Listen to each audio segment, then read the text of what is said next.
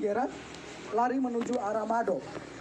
Sampai di Mado, dokter sendiri dihadang, kemudian dipukuli dengan besi, kemudian digiring ke jurang dan langsung ditendang ke arah jurang. Pada pukul 9 lewat sekitar 11 menit, mereka bergerak lagi menuju ke barak yang kedua yang dipimpin langsung oleh saya sendiri sebagai ketua tim. Di situ kami ada 6 orang. Saya sendiri sebagai ketua tim, Paman Selo, Paman Emmanuel Abi, Paman Patra, Suster Christine, Suster Anti dan juga Suster Ella yang sudah menjadi almarhum. Pada saat itu juga mereka melakukan hal yang sama, menghancurkan kaca-kaca jendela dan juga memukul pintu-pintu, berusaha untuk masuk ke dalam untuk menyerang kami. Mereka juga menyiram bensin di sekitar barak medis dan juga mulai membakarnya. Saat pembakaran terjadi, yang ada di dalam puskesmas hanya tersisa saya, Paman Patra dan juga ketiga suster itu. Paman Eman saat itu berada di dalam puskesmas karena sedang buang air besar. Pada saat itu sedang terjadi pembakaran, saya sendiri meminta untuk ketiga teman putri saya atau suster untuk kami segera keluar dari dalam barak itu. Tetapi karena mereka perempuan tidak bisa mengantisipasi situasi, sehingga mereka memilih lebih tenang di dalam barak itu. Makin lama asap makin tebal, rumah sudah mulai barak sudah mulai terbakar, sehingga saya memilih untuk mengurung ketiga teman suster tadi bersama saya langsung di dalam kamar WC karena agak lebih aman. Sekitar pukul 9 lewat 20 menit sudah tidak bisa ditahan lagi karena memang rumah sudah plafon-plafon yang terbakar sudah mulai pada runtuh. Sehingga saya memilih untuk mengajak ketiga suster ini untuk keluar dari dalam barak medis. Pada saat kami berusaha untuk lari menghindari amukan KKB, kami memilih lari ke depan, mereka sudah menghadang kami pada posisi depan. Kemudian saya berusaha merangkul ketiga suster menuju ke jurang, tetapi sampai di belakang jurang yang ada di belakang barak medis juga mereka sudah berada di situ dengan diperlengkapi senjata dan juga busur dan anak panah. Akhirnya saya berusaha untuk mengamankan ketiga suster ke rumah warga yang terdekat jaraknya sekitar 5 meter dari barak medis itu.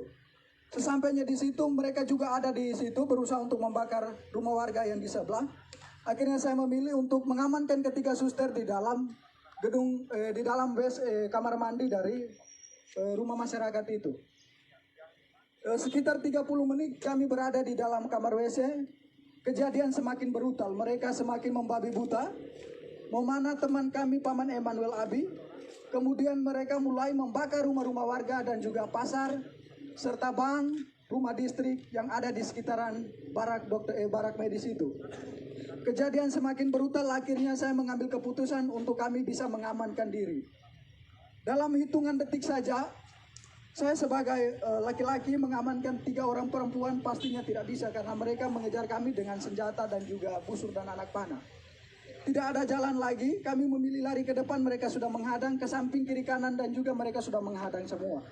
Akhirnya di belakang kami terdapat jurang yang cukup terjal, kedalamannya sekitar 500 meter dengan sudut ketajamannya itu sekitar 90 derajat. Tanpa berpikir panjang, saya bertanya kepada ketiga suster itu bagaimana kita harus mengamankan diri. Mereka menjawabnya, kita lompat saja. Akhirnya tanpa berpikir panjang, saya menghitung 1 sampai 3 dan saya sendiri lompat pertama. Kemudian ketiga suster mengikuti saya untuk melompatnya. Sesampainya di bawah kami pikir bahwa kami sudah aman dari kejaran mereka, tetapi mereka tetap mengikuti kami ke bawah. Sampai ke bawah saya sendiri tersangkut di akar pohon. Kemudian ketiga suster yang lainnya, yang satunya Suster Chris tersangkut di pohon juga.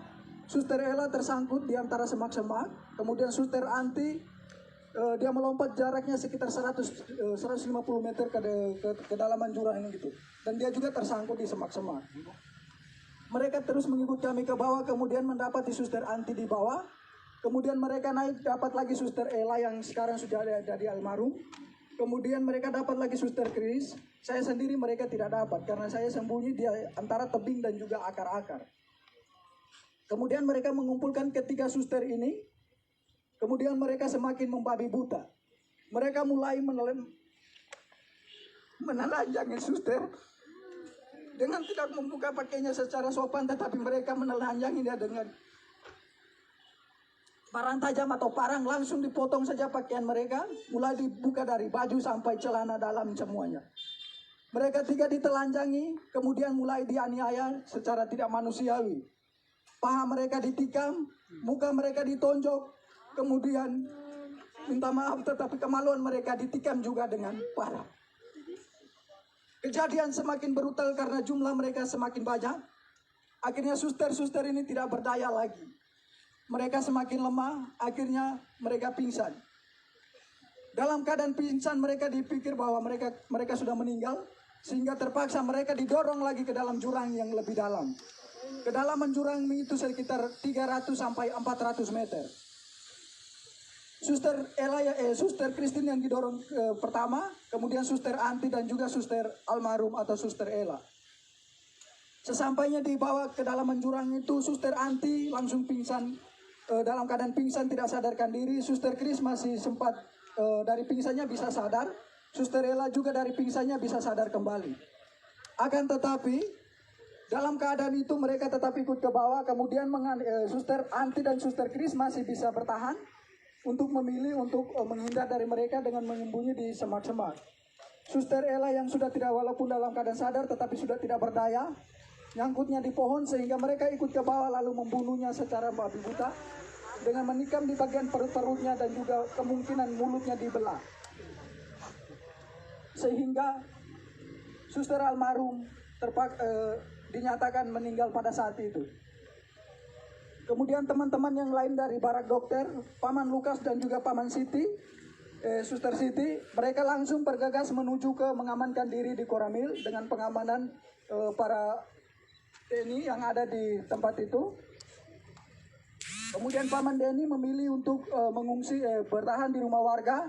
Dokter sendiri langsung ditendang ke jurang. Paman Gerat yang lari bersama dokter ke Mado, sampai dengan detik ini juga belum ditemukan.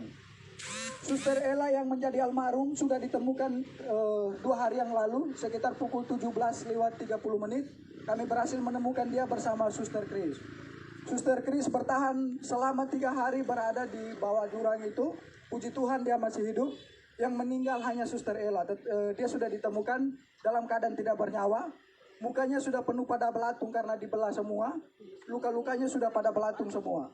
Dan kemungkinan ini hari ke-5, ke-6-nya. Sehingga mungkin almarhum tinggal tulang atau daging, sisa-sisa dagingnya saja.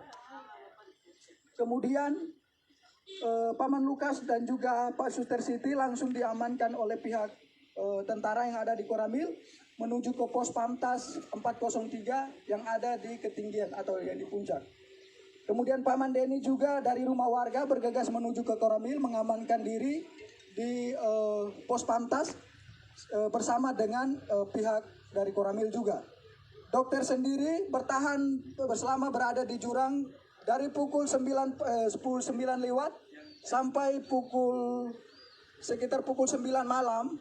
Baru dokter dari jurang menuju ke arah pos Pamtas 403. Saya, Paman Eman, dan juga Paman Patra bersama Suster Anti dan juga Suster Chris masih tetap berada di dalam jurang.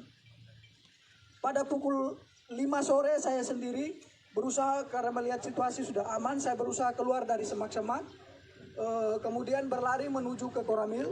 Sesampainya di Koramil tidak ada petugas karena petugas semua sudah diarahkan ke pos Pamtas. Sehingga saya memilih mengamankan diri di salah satu rumah warga yang ada di sekitaran Koramil itu. Paman Patra tetap memilih dan juga Paman Eman tetap memilih bertahan di jurang bersama dua suster. Tetapi posisinya terpisah. Kemudian pada malam harinya Paman Eman yang terkena busur itu, dia memilih untuk naik pada sekitar pukul 10 malam. Kemudian dia berusaha tidur di bawah kolom rumah warga yang ada di sekitaran jurang itu. Paman Patra tetap bertahan. Kemudian pada pagi harinya sekitar pukul 6, Paman Eman bergegas menuju ke Koramil untuk meminta perlindungan. Begitu juga Paman Patra.